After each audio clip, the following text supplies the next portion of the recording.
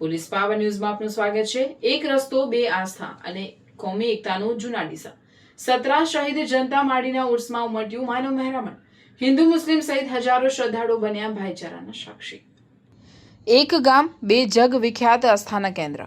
અંતર માત્ર આશરે 1 કિલોમીટર અને બંનેને જોડતો રસ્તો પણ એક જ પૂર્વ દિશામાં। 17 શહીદ જન્નત માડીની દરગાહ ઉત્તર દિશામાં। સિદ્ધંબિકા માતાજીનું મંદિર મંઝિલ અલગ, આસ્થાની રીત અલગ, પરંપરા અલગ, પરંતુ રસ્તો એક જ। અને કદાચ જૂના ડીસાની ધરતી આખા સમાજને પણ આ જ સંદેશ આપી રહી છે। ધર્મ અલગ હોઈ શકે, આસ્થા અલગ હોઈ શકે, પરંતુ માણસાઈ અને ભાઈચારાનો રસ્તો એક જ હોવો જોઈએ। આ છે ડીસા પાટણ હાઈવે પર આવેલું જૂના ડીસા, એક એવું ગામ જ્યાં આસ્થા માત્ર પૂજાતી નથી, આસ્થા લોકોને જોડે છે। અને આજે આ જ જૂના ડીસાની ધરતી પર આવેલી 17 શહીદ જનત માડીની દરગાહ ખાતે યોજાયો વાર્ષિક ઉર્સ, જ્યાં ઉમટી પડ્યું જાણે માનવ મહેરામણ। હિન્દુ હોય કે મુસ્લિમ, નાત હોય કે જાત, 18 વર્ણ હોય કે 36 કોમ, નાના બાળકોથી લઈને વડીલો સુધી હજારો શ્રદ્ધાળુની હાજરીએ ફરી એક વખત જીવંત કરી જૂના ડીસાની કોમી એકતાની ઓળખ। એક રસ્તો બે આસ્થા અને કોમી એકતાનું જૂના ડીસા।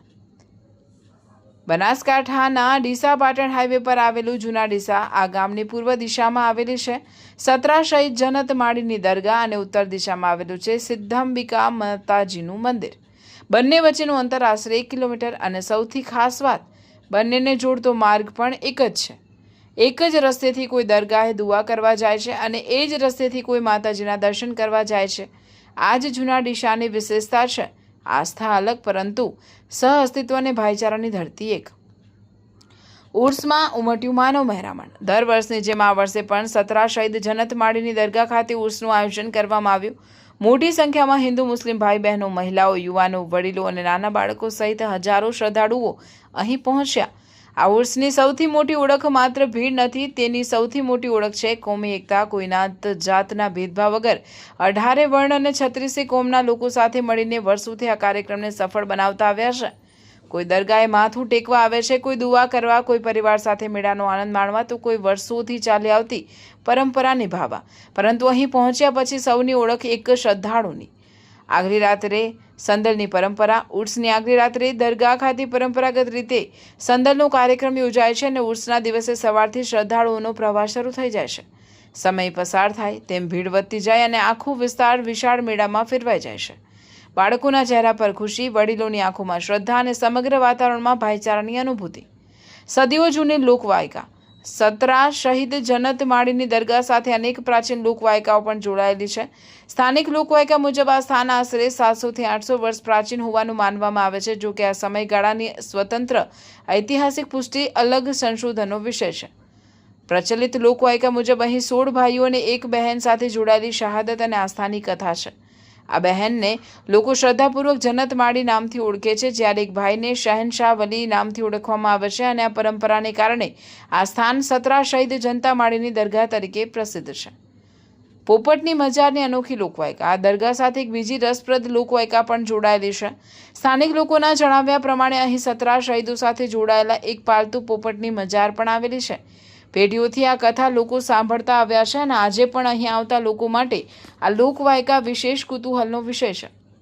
દર ગુરુવારે પણ શ્રદ્ધાળુઓની અવરજવર। આ દરગાહ પ્રત્યેની આસ્થા માત્ર ઉર્સ પૂરતી સીમિત નથી। સ્થાનિકોના જણાવ્યા પ્રમાણે દર ગુરુવારે પણ મોટી સંખ્યામાં જાયરીન અને શ્રદ્ધાળુઓ અહીં પહોંચે છે।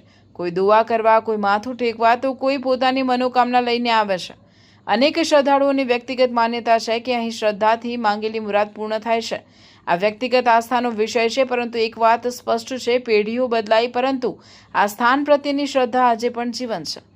ઉર્સ સાથે નાના વેપારીઓની રોજગારી। હજારો શ્રદ્ધાળુઓની હાજરી સાથે આ ઉર્સ અનેક નાના વેપારીઓ માટે રોજગારીનો અવસર પણ બને છે। નાસ્તાની લારીઓ, ચા નાસ્તાના સ્ટોલ, રમકડા, બાળકો માટેની વસ્તુઓ અને અનેક નાના મોટા ધંધાર્થીઓથી આખો વિસ્તાર ધમધમી ઉઠે છે। કોઈ બાળક માટે આ મેળો આનંદ છે, તો કોઈ નાના વેપારી માટે સારી કમાણીનો અવસર। આમ ઉર્સ સાથે આસ્થા અને એકતા સાથે ઉપરાંત અનેક લોકોને ધંધા રોજગારીનો લાભ પણ મળે છે। સેવા એવી જ્યાં નામ નહીં કામ બોલે। અને આ હજારોની ભીડ વચ્ચે અમારા કેમેરામાં એક એવી તસવીર પણ કેદ થઈ જે આ ઉર્સની માનવતાને એક અલગ જ ઊંચાઈ આપે છે। એક એવા બુઝુર્ગ વ્યક્તિ જેઓ પોતાનું નામ જાહેર કરવા નથી માંગતા, પરંતુ વર્ષોથી દર વર્ષે ઉર્સમાં આવતા લોકોને પોતાના સ્વખર્ચે ભોજન કરાવે છે। નાના બાળકોથી લઈને વડીલો સુધી લોકોને પ્રેમથી શોધીને બોલાવે છે, બેસાડે છે અને જમાડે છે. કોઈને મીઠા ભાત, કોઈને વેજ બિરયાની તો કોઈને વેજ પુલાવ. તેમણે પોતાનું નામ જાહેર ન કરવાની શરતે જણાવ્યું કે આ સેવા તેઓ આજથી નહીં પરંતુ ઘણા વર્ષોથી દર વર્ષે કરતા આવ્યા છે અને અહીં એક વાત દિલને સ્પર્શી જાય છે. તેઓ સેવા કરે છે પણ નામ નથી માંગતા, પ્રસિદ્ધિ નથી માંગતા, તાળીઓ નથી માંગતા, માત્ર લોકો પ્રેમથી જમી લે એ જ તેમની ખુશી. કદાચ સાચી સેવા પણ આવી જ હોય છે જ્યાં નામ નહીં કામ બોલે છે. પોલીસ પાવર ન્યૂઝ આવા નિસ્વાર્થ સેવા ભાવને સલામ કરે છે કારણ કે નામ છુપાવી શકાય પરંતુ સારું કામ છુપાતું નથી. Police power news power movement. અને હવે ફરી એ તસવીર જુઓ. પૂર્વ દિશામાં સતરા શહીદ જનતા માડીની દરગાહ, ઉત્તર દિશામાં સિદ્ધંબિકા માતાજીનું મંદિર, બંને વચ્ચેનું અંતર આશરે 1 કિલોમીટર અને બંનેને જોડતો રસ્તો એક જ રસ્તા પરથી કોઈ દરગાહે માથું ટેકવા જાય અને કોઈ માતાજીના દર્શન કરવા જાય, કોઈ દુઆ માટે હાથ ઊંચા કરે, કોઈ હાથ જોડીને પ્રાર્થના કરે. રીત અલગ, પરંપરા અલગ, પરંતુ દિલમાં રહેલી આશા એક જ.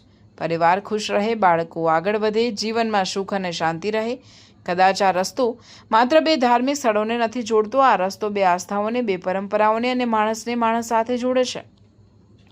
અંતમાં જૂના ડીસાને માત્ર ડીસા પાટણ હાઈવે પરથી જુઓ તો કદાચ એક સામાન્ય ગામ દેખાશે, પરંતુ આ ગામને નજીકથી સમજશો તો એક અસાધારણ ઓળખ જોવા મળશે. પૂર્વમાં સતરા શહીદ જનતા માડીની દરગાહ, ઉત્તરમાં સિદ્ધંબિકા માતાજીનું મંદિર, અંતર આશરે 1 કિલોમીટર અને બંનેને જોડતો એક જ રસ્તો. આ માત્ર રસ્તો નથી, આ જૂના ડીસાની ઓળખ છે. એક રસ્તો દરગાહ સુધી લઈ જાય છે, એ જ રસ્તો મંદિર સુધી લઈ જાય છે અને કદાચ એ જ રસ્તો આપણને એકબીજા સુધી પણ લઈ જાય છે. મંઝિલ અલગ હોઈ શકે, આસ્થા અલગ હોઈ શકે, પ્રાર્થનાની રીત અલગ હોઈ શકે, પરંતુ ભાઈચારાનો રસ્તો એક જ, એકતાનો રસ્તો એક જ, માણસાઈનો રસ્તો એક જ છે.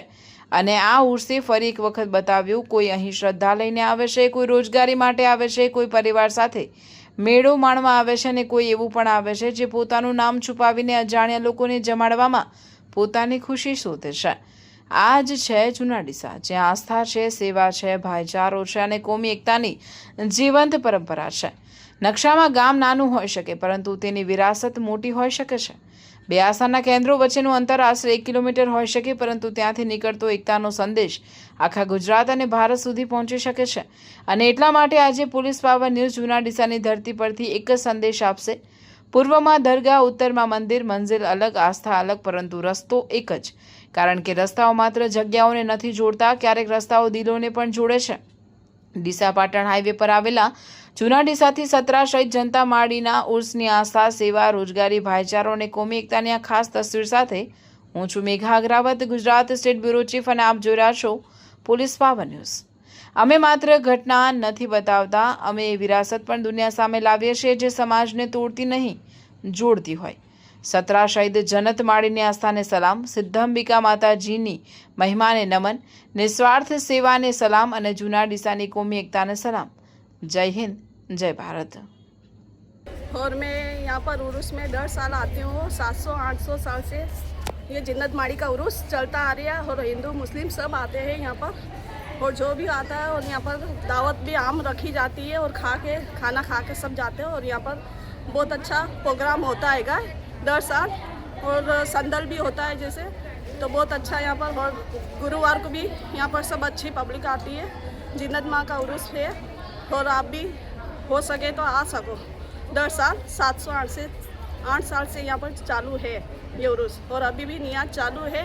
हो सके तो आप आके गुजारिश करना और खाना खा के जाना. जी शुक्रिया.